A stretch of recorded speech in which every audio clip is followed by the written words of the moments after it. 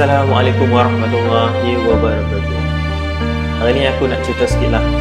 Dan tertanya-tanya jugalah. Dan kenapa hari ni kebanyakan ialah terutama kedai nasi kandar tanya 24 jam tak kira lah. Kedai makan hari ni tak payahlah spesifiknya kedai mamak lah.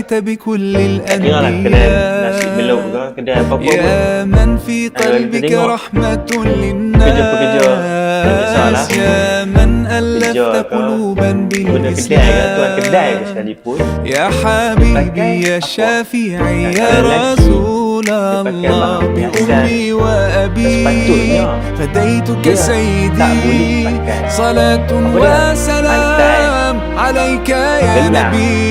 apa dia